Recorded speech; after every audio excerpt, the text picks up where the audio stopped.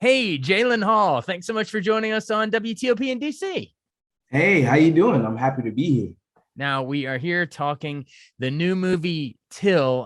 Heavy subject, but we're also excited that you're getting this big break in Hollywood and everything. So we're going to try to balance the heaviness with the excitement for you and your career and your casting crew. So go with us, folks. That's a hard line to walk there.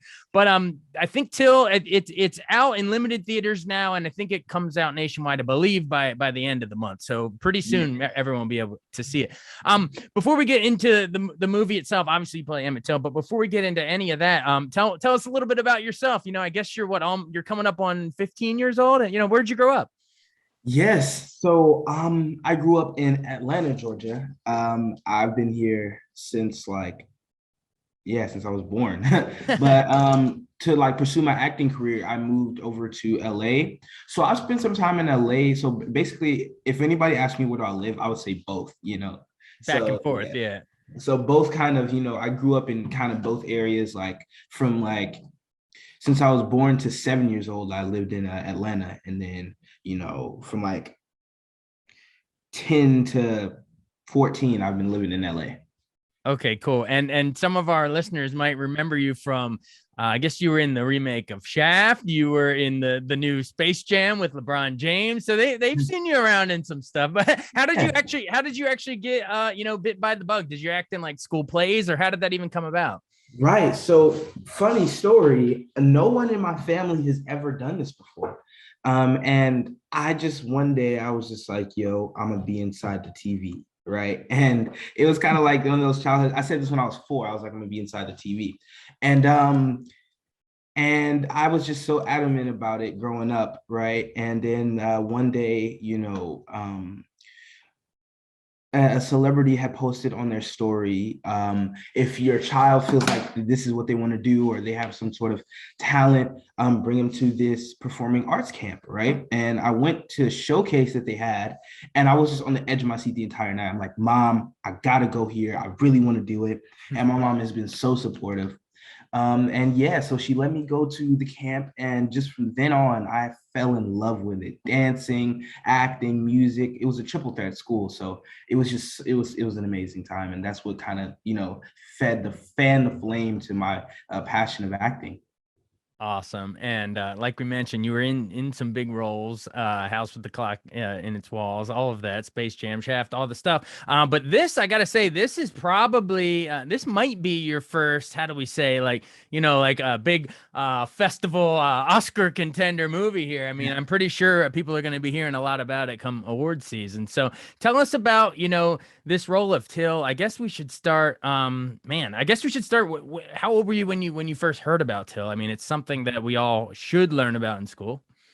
Yeah, so I was younger than what I was today, of course. It was told to me as kind of like a cautionary tale, a means to prevent something like that of ever happening to me. Um, so I really can't put my finger on like what age it was. I just know I was young, very young.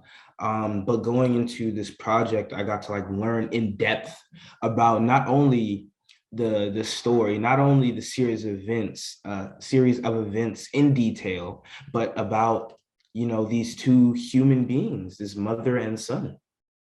Absolutely, absolutely. And I guess we should tell our listeners, even though they have to be, living under a rock to not know what it's about. But of course, 14-year-old Emmett Till, he's from Chicago, traveling down south to Mississippi in 1955.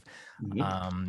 Whistled at a white girl, had the audacity, and suddenly gets abducted, lynched. And it's just a brutal, horrific thing. Yeah. But as the movie will show, his inspires his mother. They do the open casket, it gets in Jet magazine, and boom, and the civil rights movement is pretty much born out Yeah. of that incident. So tell us how the movie juggles the two. Like, obviously you're playing Emmett Till. Or is your stuff mostly like, in flashbacks, or is the story mostly follow, Right. Mamie Till, Mobley, the mom, or how do you balance it? Yeah. So the story is kind of told through the perspective of Mamie, right? His mother. So the story begins with their regular life, kind of not like a bunch of, but you get that sort of feeling because a lot of times when you think about it, you just think about the couple photos that you've seen or some things that you read. But this kind of gives you a very lively representation of their relationship together and the joyful and the love that they shared.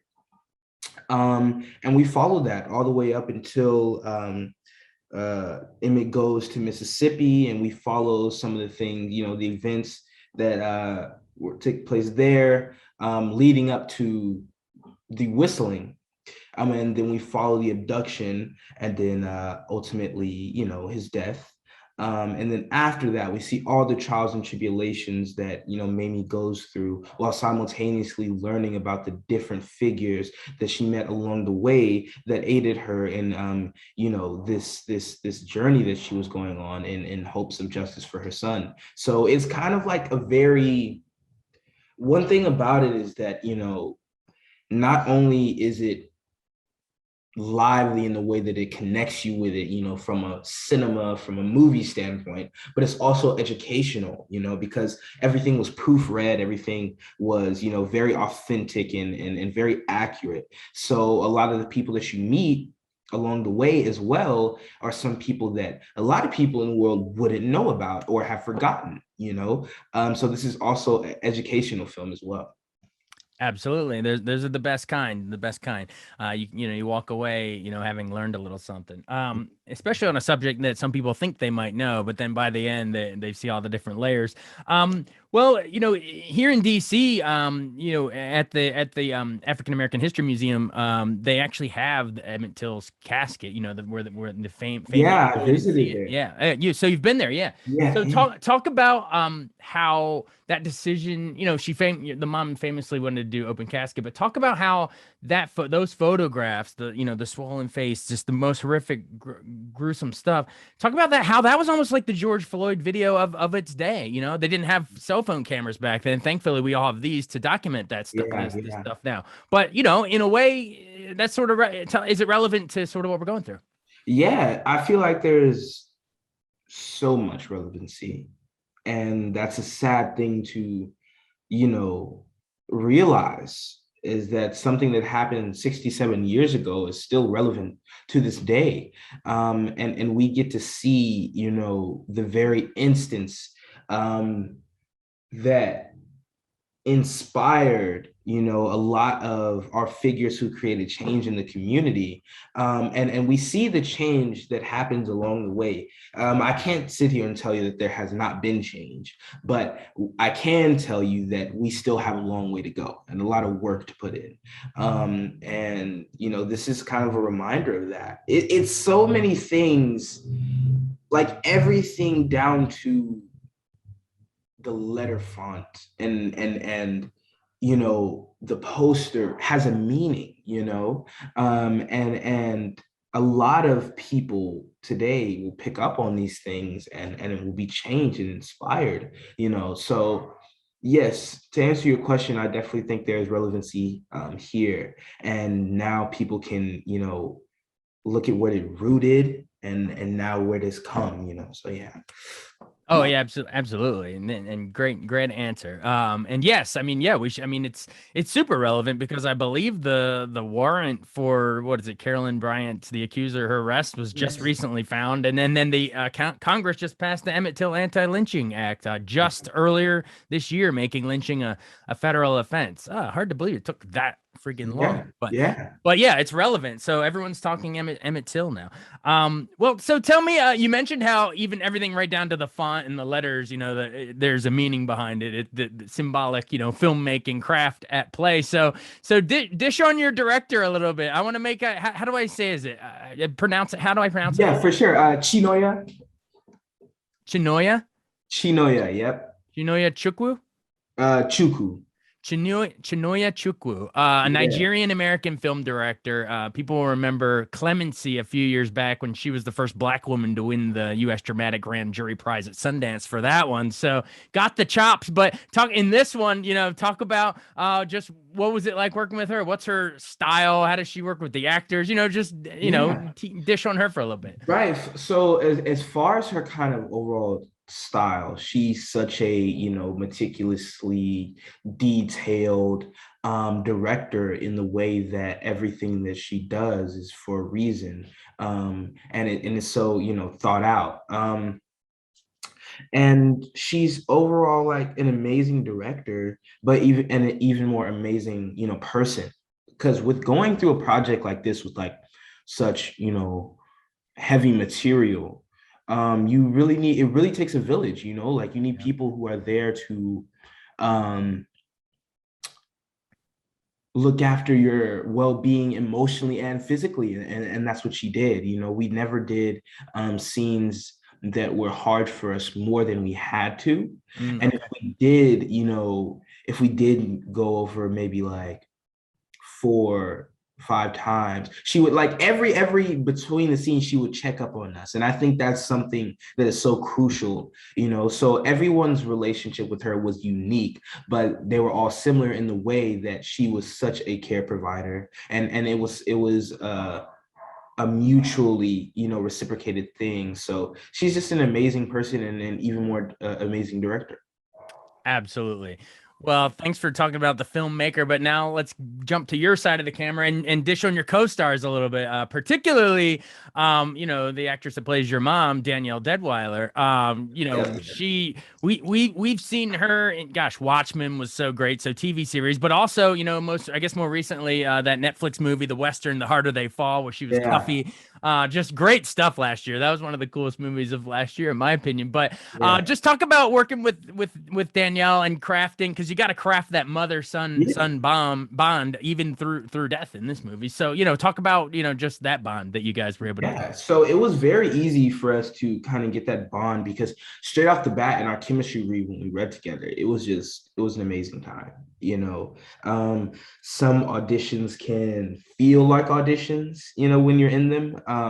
But with this one, it was just so natural, and and down to earth, and energetic, and the vibe was just amazing. And then when I seen her in person, when they had told me that I got the job, I seen her in person that day, and it was even more, love and joy than you could ever reciprocate over like Zoom or on the phone. Sure. And they told me, we smiled, we danced, we laughed, and it was just an overall amazing moment. And it translated even more on camera, with everything being so natural and authentic, because she has a son as well. Me and my mom's relationship is great, so a lot of it was kind of translated and mixed to kind of have that authentic relationship between mother and son. And as far as us, she's such a person that you can relate with, and talk to, and feel comfortable and joyous around. So yeah, she's an amazing person, so charismatic and goofy, funny. And her acting, her work ethic is just amazing, especially with this. It can be emotionally hard, but she kind of tackled that and embraced it, with every fiber of her being, and just fell into it and gave it her all. And it was such an inspiring thing to watch. Oh, absolutely. And our listeners are also in for a treat, because, she plays your mom, but then you have some two heavy hitters playing your grandparents. Remind us who's playing them. Yes, that is Frankie Faison and Whoopi Goldberg. Oh yeah, you've seen Frankie in The Wire. Of course, Whoopi needs no introduction. Winning Oscars long before you were born, young man. Yeah. In Ghosts, I guess that what 17 years before you were born or something like that. Of course, The Color Purple and Sister Act, and so many great roles. But what's it? I don't want to ask you, are you starstruck? But actually, yeah, are you starstruck when you when Yeah, you're around, yeah. these legends when you meet them? Right. Of course, man. Honestly, when I seen him, it was just, it's that kind of nervousness, and that kind of like, oh my God, like that's them. Yeah. But I can honestly say they never made it feel like that. you know, Yeah. and in this business, that's crucial to have that level-headed, modest humbleness to you. And that's what they had. They were themselves 100% of the time, and just, you know, being their natural, unfiltered kind of being, you know. And I really got to know them, and it was a great time. Like, I could definitely see them being, you know, one of my uncles, aunties, actual grandparents. Like, it was great. That's so cool. Awesome. Well, I think we've covered a lot with the movie, but I do want to, tee it up for our listeners who, if, I know that if maybe there's some people that are like, oh no, it's going to be so heavy, like tell them why they should watch it anyway. And we don't actually see, I believe we don't see the actual, murder and everything happen, right? It's sort Right. of, No, no, you no. hear about it off screen and you know what I mean? But like, so talk about, yeah, just invite them experience this important work. Right. This, like I said previously, is educational. It's something that you will connect with. It's something that you can sympathize and empathize with. It's something that we can now relate to in a community standpoint, in a worldwide standpoint. And, you know, it's something that can inspire you, you know, in so many different ways. So I have been, you know, I've been talking to a lot of people. This is not one of those things where you go to be entertained, you know. It's one of those things where you go to be enlightened or changed or impacted in such a way that you can never get from anything else. And I feel like this is crucial. This is needed for the world to see. Absolutely. Well said, and perfect place to leave it. Thanks so much for joining us. I really Thank you. appreciate it. I guess in closing, like our final seconds, like, how has it been like festival run wise? Like I know, where did it premiere at the New York Film Festival, I think? Yes, New Yes. York Film Festival. So where are we now in this run? I mean, obviously it's going to hit theaters now, so I Yes, guess we so wait it's and see out what happens. actually. It's out now in select theaters. Don't quote me because I do not know where those select theaters are, Yeah. But but select theaters. select theaters. And it will be coming out, yeah, like nearing the end of the month. And yeah, and I just can't wait for the world to see it. The minimal crowd that has seen it has just been moved in so many different ways. We had a screening the other day in London, and there was this one woman who, you know, related to it in such a way that none of us could have fathomed, and she was so moved and so touched by it. And that's the type of thing that, you know, we need to think about, is how many people are going through something that need this, you know, that need to see this. And yeah, so that's where we are in our journey, man. And everybody seeing it, and everybody, pushing it out there, so that when it does finally come out, everyone will be in the know and can experience this for themselves. Awesome. Well, it's an impressive career you're building here for yourself Thank at you. the age of 14, I guess 15 this December or something, right? Yeah, So yeah. so hey, if any Oscar nominations or anything come for the film, that'll be a nice 15th birthday present there. This Thank winter. you. So I know, we'll right? we'll see. You know what? It's not even about that. Like you're saying, it's Yeah. getting people to see and experience this story and Yes. learn. So hey, thank you so much, Jalyn Hill. This was fun talking with you. Thank you. I appreciate that.